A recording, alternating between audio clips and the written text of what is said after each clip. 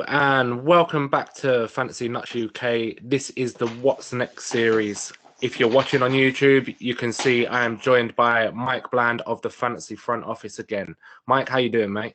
I'm grand. How is yourself? Yeah, all good. So you was on the Return of Calvin Ridley show, and you did mention a little bit about the Texans there.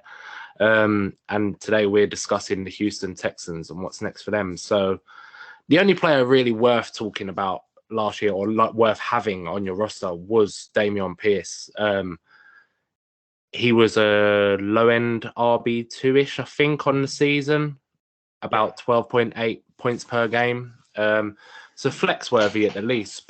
So let's start with him. What are the Texans going to be doing at running back next year? See, I'm not 100% sure because Pierce was okay, but it was a fourth-round draft pick of a previous regime. Okay, the GM's still there, Nick Caserio. I wouldn't be surprised if they brought in some competition for him. They're certainly going to upgrade on the receiving back, I would imagine. I think they'll probably let Rex Burkhead go. There's a couple of interesting receiving backs in free agency, but being an expatriate, I wouldn't imagine they're going to pay too much money to a free agent running back. They're kind of be trying to get value for money at the bottom of the barrel kind of thing. But Pierce last year, he wasn't helped by his O-line, which was the worst in the league at generating yards before contact. There was only 0.8 yards generated for any Houston Texan running back last year. So that wasn't great. But his problem that he had himself was that he only forced 4% missed tackle rate. So on all of his rushes, he only forced a missed tackle 4% of the time. And out of running backs in the league with 175 rushing attempts, he was 24th of 30 eligible running backs. So, towards the bottom of the league there. Now, he was good at breaking tackles. He was in the top 10. But the problem was his 4.59 40 time, I think, meant that once he broke tackles, he couldn't get away. Yeah. And also there was not really much of a threat from the passing game. So there was only Nick Chubb in the whole league who was stuffed more times at the line of scrimmage on a per rush attempt, which obviously the Browns' offensive scheme last year, especially earlier on in the year with Jacoby Brissett, was kind of set up the same way, where it's going to feature the running backs more than the passing game. So it kind of makes sense. But Chubb being a much better athlete, a much better pure rusher, he was able to overcome that, where Pierce kind of struggled.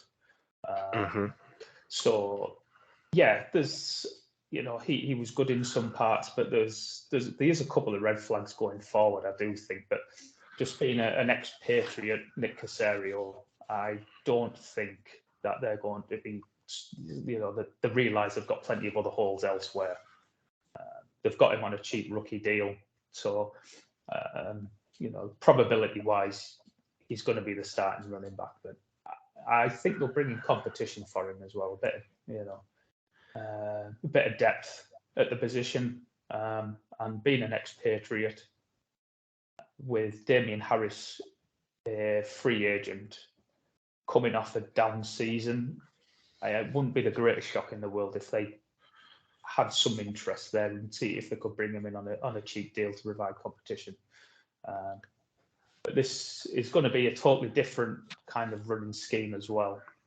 You would imagine with the ex-49er passing game coordinator coming over to be their OC, there might be some more outside zone where they want quicker backs. Yeah. So yeah, there's a lot of question marks. There is, and Pierce and around this running game going forward. There absolutely is, and people were losing their shit last year, because he kind of broke out as soon as he got a chance, breaking off over 100-yard games and things like that. But like you were saying, with the underlying stats and the new regime there, he only holds fourth round draft capital. Yeah. It's not like a round 1 or 2 back. No. If it was, it would be completely different. I think he could well be one and done because, like you say, they'll bring in some competition with a veteran running back. You got the likes of Darrell Henderson there. He was the Rams starting running back last season. He's a free agent. There's a few others as well who are talented, who can lead the backfield or at least work in a committee. Yeah, one of them I noted down was Matt Breida. Now, ex-49er, obviously. Probably more of a receiving back than someone you're going to give a heavy workload to, but certainly someone who could carry the ball 120 times in a committee if they wanted to go that way. Miles Gaskin, again, another smaller but quicker back that might suit this if they do go over to a more 49ers type system. I think quite sneakily as well in this upcoming NFL draft, there is some talent at running back, deeper than last year, definitely.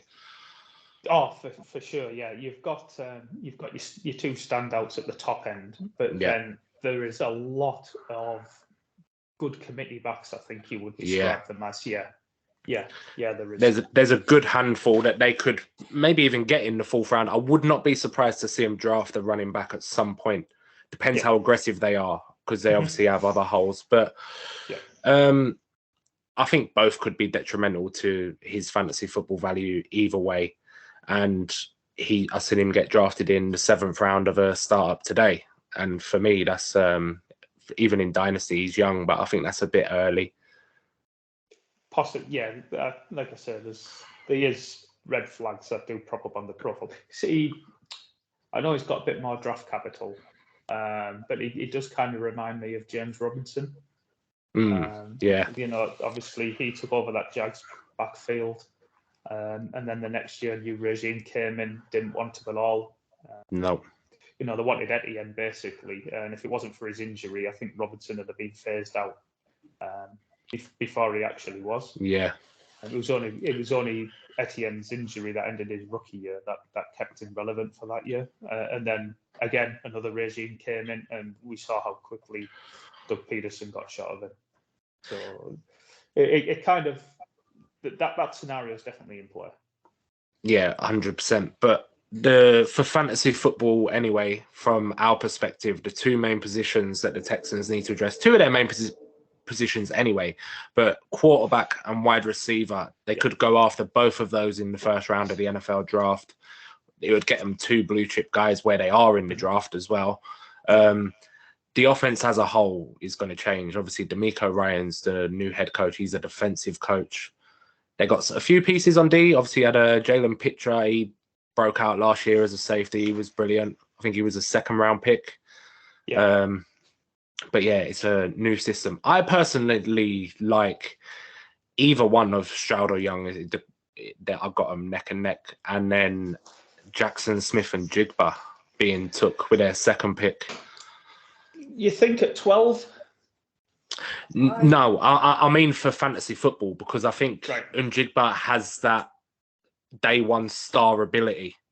And I don't think he'll need much to work into that kind of offense. And if Stroud goes there as well, it's even more exciting because they've already got the connection. Exactly, yeah. That will make sense from that point of view. I just think, a lot depends on John Mechie. Because Mechie and Njigba they're both going to be slot receivers in the NFL. Yeah. So do they give up on Mechie altogether before his career's even started? Obviously he's had his injury issues coming into the NFL, and then once he got drafted, he then had his health issues. So from that side, we hope everything's great for him and works out. But who I gave them at 12 in this scenario was Quentin Johnson out at TCU, because I think Nico Collins is not an ex-receiver; he's a situational player. He was a below average prospect coming in. He had a good combine that probably got him drafted earlier than what he should for what he actually was done in college. Brandon Cooks is pretty certain he's going to either get traded or get cut, one of the two. He doesn't want to be there. He's made that pretty clear last year. So I think that they're looking. They need an ex-receiver. And again, for if you're gonna draft a rookie quarterback, you want to try and find him someone that he can gain chemistry with through both of their rookie contracts. And Quentin Johnson, he's the one wide receiver at the top end of the draft that does project to be an ex-receiver, possibly at the NFL level. If you use, I use the RotoViz tools. So if you use the box score prospect guide, and in this instance, we're going to pick Quentin Johnson at 12, and at his weight, which is about 215, and you use that along with his college profile. The top three sims you get for him are Odell Beckham, Julio Jones, and Justin Jefferson. Now, that's obviously the ceiling, yeah, because the next three sims are Jalen Reagor, Nelson Aguilar, and Corey Coleman, which is it's one extreme or the other. Yeah, but I think if he could just, for the Texans, if he could just land somewhere in the middle of those two scenarios, that would probably be a decent return on investment for this pick at this particular time frame with the receiving core they got there. So I think he would make more sense just from a stylistic point of view for what they're looking for in that receiver core at the moment. That's if they obviously like John Mechie, they wouldn't have drafted him otherwise. And if his health, hopefully it is all good, then I completely understand that. Same sort of thing with their tight ends. It's their pass catchers as a whole. It's not very nice. I don't mind Brevin Jordan a little bit, but he ain't done nothing. Well, he was a healthy scratch a lot last year, wasn't he? So the coaching staff that was in place, and they obviously didn't like him. They brought back Jordan Akins, that cut him previously. I think he was on the Giants to the start last year, and then he ended up back at the Texans, and he gave them something down the stretch. But I think he's 28, 29 now. He's an older prospect coming in anyway. Yeah. So no, the tight end core is basically non-existent. I'll tell you what, we got a bit of time. Let's fix the Houston Texans for them. So we're going with Bryce Young, for example, at 2, and then Quentin Johnson. They're the first 2 rounders done. Let's jump into the free agency with what cap they got. Currently at 37 million. Now, take off around 10 for argument's sake for their rookies. That's their rookies paid. Yeah. Mm-hmm. Their center, Justin Britt, if he retires or cuts or whatever, takes them back up to around 30 million. Yeah. Cooks, they could get a couple million back from Cooks if he's traded, restructuring a few things. So let's say they're on 34. Laramie Tunsil's a massive cap hit. He won't go anywhere. I think the best case is probably an extension to save a few more million this year. Say that takes him to 40, and then Eric Murray, special teams defensive back, cut him. That's another 4 million. So we've got 45 million. Now, tight end, which free agent you bringing in? Because there's a few. I spoke yesterday on the Jags one. So in this scenario, I'm going to say Evan Ingram. They sign Evan Ingram to a multi-year deal. Whatever numbers you think is relevant for Evan Ingram. That's where I would go there. I think they definitely need to upgrade, certainly on the interior of their O-line. So it would depend who, the problem is everybody needs good O-line play. So a lot of these guys that are going to be free agents, especially at the top end of the market, I think are going to end up being re-signed by the current teams if they can be afforded. So it's tricky.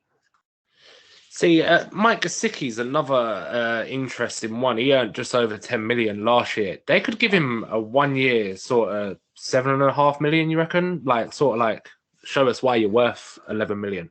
Yeah, I kind of like when we spoke yesterday. I thought Gesicki could, if they let Ingram walk the Jags, then Gesicki could go to the Jaguars on that same deal. So yeah, I mean the two are kind of interchangeable. Again, it'll come down to money, won't it? Yeah, absolutely.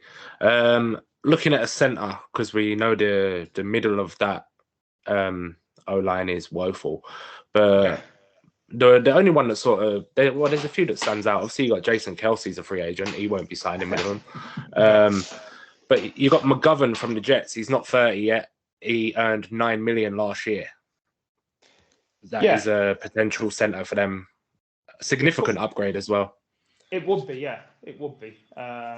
There's a few on the list. McGovern would be. I think he previously was in Dallas. I think he wasn't he. Connor McGovern, was he in Dallas previously? Off the top of my head, he was at the Jets when he last year. He was at the Jets last year. I think prior to that, I think he might have been. He could have been. Cowboys. Yeah, when the Cowboys had a really, really strong line. So, but they've also the Quessenberry, who was their starter earlier in the year, I think. He's also a free agent. So if they just want a bit of continuity, they could just bring him back. Yeah, they could bring him back, but because I think the Carolina want to keep Bradley Bozeman, and I presume your Vikings want to keep Bradbury as well. Yeah, I'd imagine so. Yeah. I'd imagine so. Say that it's what we're on now, about 30 million left. I'm sure they'll address this in the draft. It just maybe round 2 though. Edge rusher. There's a few. Do you think? Because Okoronkwo and Jerry Hughes were good last year. It's more for depth, isn't it? Yeah, I suppose. Yeah, I mean they had good. Both of them were had good PFF grades. I mean, you got Greenard there if they bring him back as well. Yeah, I think they're. I still wouldn't be surprised for him to bring in a vet because the center of the D line's all right. And you obviously had Pitcher, who I mentioned earlier. He sort of broke out in the secondary last year. Yeah, he just needs to stop missing tackles. That was his big problem last year. He missed far too many. To be fair, it was his problem in college as well. So the Browns had a similar issue with Grant Delpit a couple of years ago, where he had a problem tackling in college, and then it's kind of followed him as well. So. There's a few free agent safeties if you want to go and get one to put next to Pitcher. Yeah. Jesse Bates, I think. Yeah, I'm just trying to think. The lad from the 49ers, Jimmy Ward. Jimmy Ward, yeah. Jonathan Abram as well. Did he not just re-sign with somebody? Oh, is that recent? Because he was a free agent, wasn't he? I think the Raiders cut him, didn't they? And then he signed with the Seahawks, I think. Yeah, that's quite. It seems to ring a bell. But I'm pretty sure he could be a free agent again. Right. Okay. But he's okay. Do you think they should bring in a veteran wide receiver?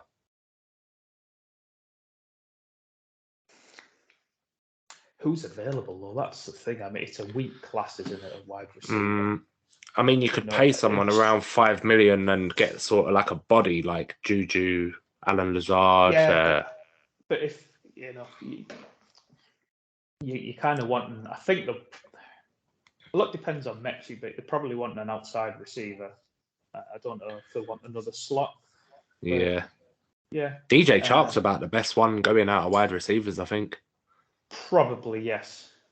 Probably. And he could well have a healthy market given the lack of depth at it. It wouldn't surprise me. He won't be short of a team for very long, I don't think. Because you read off the list, you got Aguilar, Shepherd, Chark, Randall Cobb, Marvin Jones, Julio Jones, Byron Pringle, Allen. I mean, this is desperate. Like Jacoby Myers Jacoby Myers is going to get an absolute fortune if he re-signs somewhere else. You think? Jacoby Myers is going to get a Christian Kirk type deal. Yeah. I reckon. Wow. You know what though? Give him a QB and he could fire up. Well, I think he would fire up draft boards regardless. Yeah. He's been a proper target earner all the time that he's been in New England. You know, his ability to draw targets year over year, it's a skill. So he's probably the most appealing one available. But I'm not a fan of Juju. I think he's washed. Right, that is about it for the Houston Texans. We've give you a little insight that they need a bit of everything. And Mike, grateful for you coming on again to let everyone know where they can find you. Yeah, so the FF Office on Twitter and also the Fantasy Front Office podcast on YouTube. Brilliant. Right, that is all, and we will see you next time.